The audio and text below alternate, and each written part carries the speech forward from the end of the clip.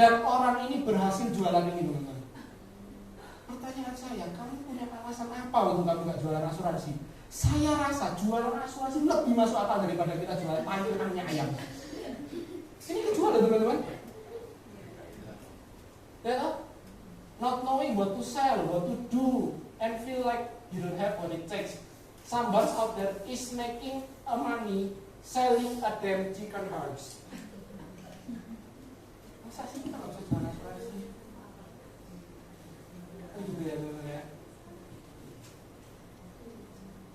Jangan gotong ya. Next ya, teman-teman. Tak kasih contoh yang lebih aneh lagi, teman-teman. Dia menjual dan mendapatkan 230.000 US dollar menjual Canadian Air, udara Kanada, dicemplung botol di botol sesuatu. Nah, kita nggak bisa jual asuransi, yang salah bukan produknya, kita nggak. Ini udah jualan udara dibotoli. Loh, saya nggak tahu kalau ini mungkin, sorry ya, ini mungkin abangnya wongnya kan udara dong. Nggak ada yang tahu. Cuma dijual laku kok. Dijual apa? Canadian Air, beefnya kan? Ya. Cari udara susah bro, yang seger.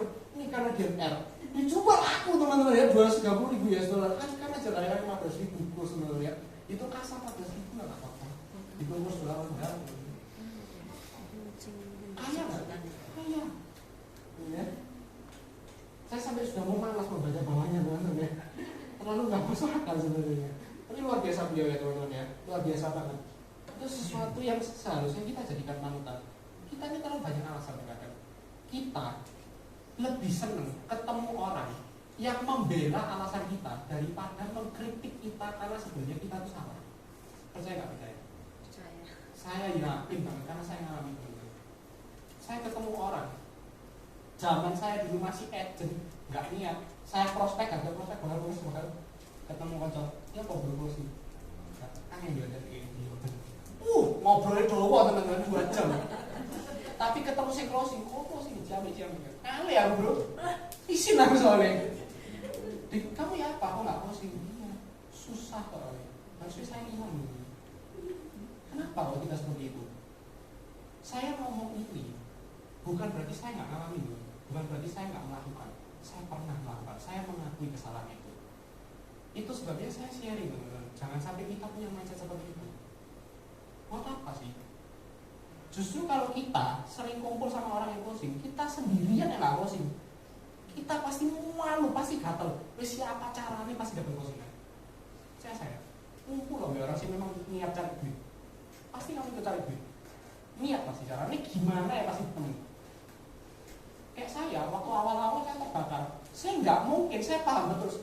Gini teman-teman, logikanya saya ini orang yang trainingnya pas-pasan dulu. Waktu pertama kali jadi agent kan pasti, saya waktu kan pasti di dalam rumah saya belum punya lisensi AJ itu. Saya nggak punya yang namanya lisensi AJ, belum ujian bahkan teman-teman. Jadi di training, apakah saya ikut kantor? Ya ikut kantor sesekali 2 kali. Setelah itu saya di training kondisi di sus jalan. Wes nggak apa-apa tuh, curi start aja.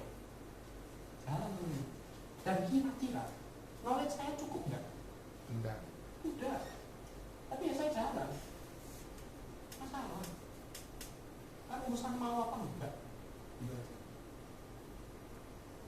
Enjoy the proses teman-teman. Anda tidak akan pernah menikmati sebuah proses apabila Anda tidak punya sebuah kebiasaan atau habit. Tidak dijadikan sebuah kebiasaan. Ini sebenarnya teman-teman, kata-kata ini lumayan menarik. Sering terdengar, tapi dalam tanda kutip agak mirip. Sebenarnya gini, enjoy the proses itu seperti apa sih? Apakah saya harus menikmati rasa yang ditolak? Nggak enak lah, tapi nggak enak ditolak. Nggak ada orang yang suka ditolak, benar nggak teman-teman? Tapi maksudnya enjoy the process itu apa sih teman-teman? Teman-teman buka di Google. Research di dunia mengatakan 21 hari pertama kalian berusaha mengubah hidup Anda, itu adalah menjadikan sebuah aktivitas itu sebuah kebiasaan. Kalian pasti nggak enak 21 hari pertama. Setelah itu lama-lama akan menjadi habit. Setelah jadi habit, levelnya akan menjadi lifestyle.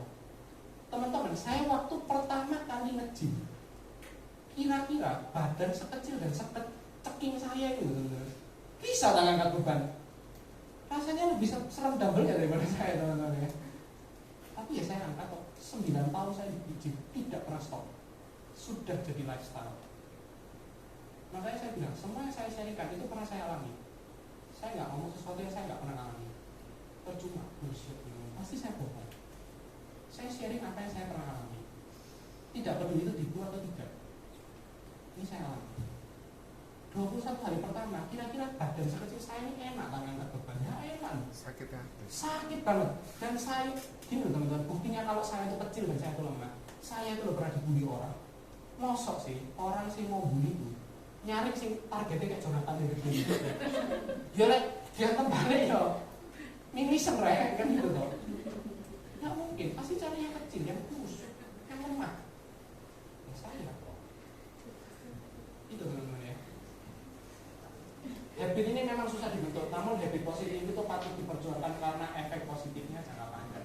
Teman-teman boleh dicoba. Mungkin yang saya ini perokok aktif banget, coba 21 hari pertama kalian stop. Saya yakin kalian mulai pelan-pelan yang namanya nggak ada rokok terus mulai bisa tak opo. Dari mulai ya bisa tak opo, nanti sampai di titik dimana mau aku lewat rokok. Salah satu contohnya siapa? Ko Andi Guyanto, leader saya. Beliau dulu perokok aktif. Saya belajar ini dari ibu saya sendiri, leader saya. Saya ngomong semua itu saya ini pengalaman ini. Kok Andi itu perokok aktif? Dia